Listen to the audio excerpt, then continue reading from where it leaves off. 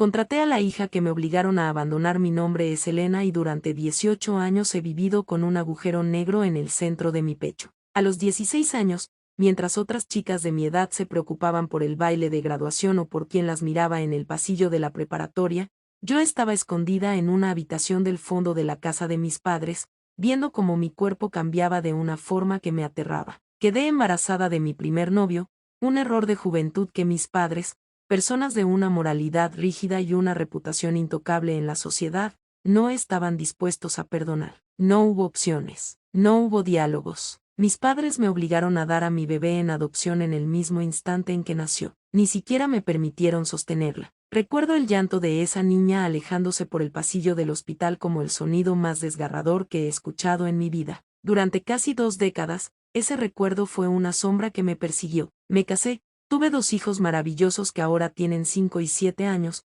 pero cada vez que los miraba, una parte de mí se preguntaba dónde estaría ella, si tendría frío, si sería feliz, o si me odiaría por haberla dejado ir. Hace 2 semanas, mi vida dio un vuelco que ni en mis peores pesadillas pude imaginar. Necesitábamos una niñera de tiempo completo porque mi trabajo en la firma de abogados se había vuelto asfixiante. Pusimos un anuncio y, entre docenas de solicitudes, apareció ella, Clara. Clara tenía 18 años, una mirada profunda y una calma que me resultó extrañamente familiar desde el primer segundo. Cuando entró a mi sala para la entrevista, el aire se volvió pesado. Tenía mi misma forma de caminar, mi mismo hoyuelo en la mejilla izquierda y una cicatriz pequeña en la frente que yo también tengo. Pensé que era una coincidencia, una de esas bromas crueles del destino. La contraté de inmediato. Clara se adaptó a nuestra familia con una facilidad que rozaba lo sobrenatural. Mis hijos, que suelen ser tímidos con los extraños, la amaron al instante. Ella sabía exactamente cómo calmarlos, qué cuentos leerles y cómo preparar la comida justo como a ellos les gustaba, sin que nadie se lo explicara. Pero había algo en ella que me inquietaba. A veces la sorprendía mirándome cuando yo no me daba cuenta, con una expresión de anhelo y melancolía que me revolvía el estómago. Empecé a notar detalles perturbadores. Clara conocía canciones de cuna que solo mi abuela me cantaba a mí. Tenía gestos idénticos a los de mi madre cuando estaba nerviosa. La paranoia empezó a consumirme. ¿Cómo era posible que una desconocida encajara de forma tan perfecta en el rompecabezas de mi vida? Mi esposo decía que yo estaba proyectando mis traumas del pasado en la chica, que simplemente era una buena empleada, pero mi instinto me gritaba que algo estaba terriblemente mal. Ayer, mientras Clara estaba en el parque con los niños, decidí hacer algo de lo que no me siento orgullosa. Entré en su habitación. No buscaba dinero ni drogas. Buscaba una respuesta a esa conexión eléctrica que sentía cada vez que nuestras manos se rozaban al pasarnos un vaso de agua. Revisé su mochila y, en un doble fondo de su carpeta de estudios, encontré un sobre amarillento. Mis manos temblaban tanto que casi no pude abrirlo. Adentro estaba su acta de nacimiento original y los papeles de la agencia de adopción. Mis ojos se nublaron al leer los nombres. En el espacio de madre biológica, estaba mi nombre de soltera. En la fecha de nacimiento, el mismo día maldito en que me arrancaron el alma en aquel hospital. Clara no era una niñera. Clara era mi hija. La hija que di en adopción hace 18 años estaba viviendo en mi casa, durmiendo bajo mi techo y cuidando a sus propios medios hermanos sin que nadie, supuestamente, supiera la verdad. El impacto fue tal que caí de rodillas en medio de la habitación. Sentí un asco profundo mezclado con un amor desesperado. ¿Cómo llegó aquí? ¿Fue el azar o un plan macabro? Llamé a la agencia de adopción, la misma que mis padres usaron hace casi 2 décadas, exigiendo hablar con el director. Usé todo mi peso como abogada para amenazarlos con una demanda que cerraría sus puertas para siempre. Después de horas de presión,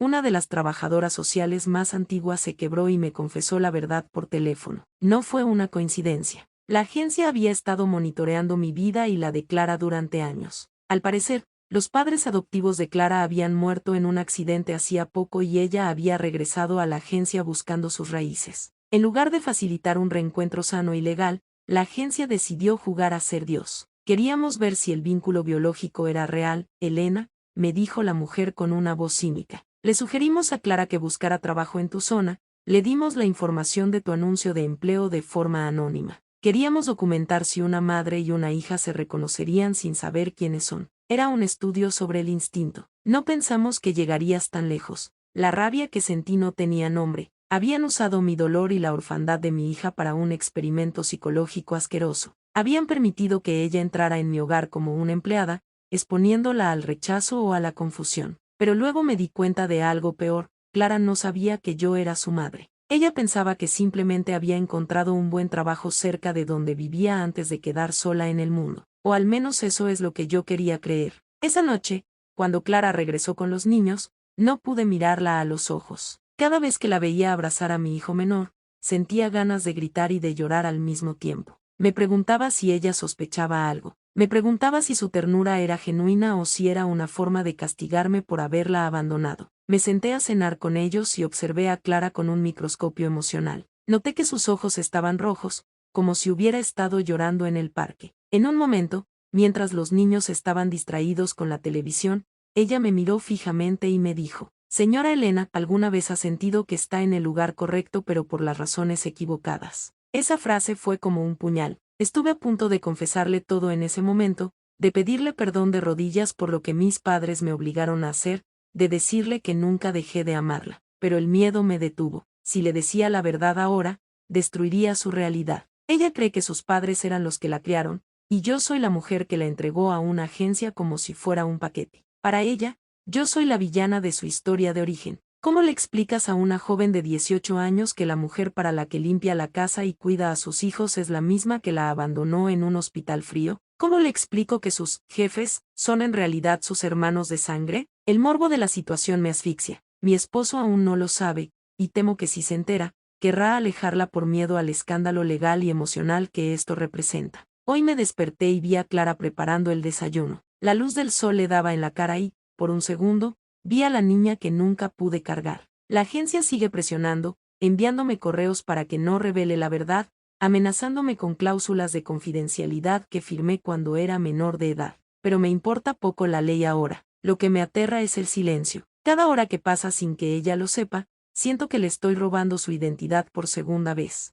Pero también tengo miedo de que ella ya lo sepa. He encontrado pequeños recortes de periódicos sobre mi familia en su diario personal que no había visto antes. ¿Y si ella también está jugando? ¿Y si su plan es ganarse el amor de mis hijos para luego quitármelos, como yo se la quité a ella? El ambiente en la casa se ha vuelto irrespirable. Es una olla a presión de secretos, sangre y traición. Estoy viviendo con mi hija perdida, compartiendo la mesa con el fantasma de mi pasado, y sé que cuando la verdad salga a la luz, nada volverá a ser igual. Alguien va a salir destruido de esto, y me temo que seremos las dos. Si estás escuchando esto, abraza a tus hijos. Y nunca pienses que el pasado se queda atrás. El pasado tiene una forma retorcida de encontrar el camino a casa, a veces tocando tu puerta con una sonrisa amable y pidiendo trabajo como niñera. La sangre siempre reclama lo que es suyo, y mi hija ha venido a reclamar su lugar, aunque ninguna de las dos esté lista para las consecuencias.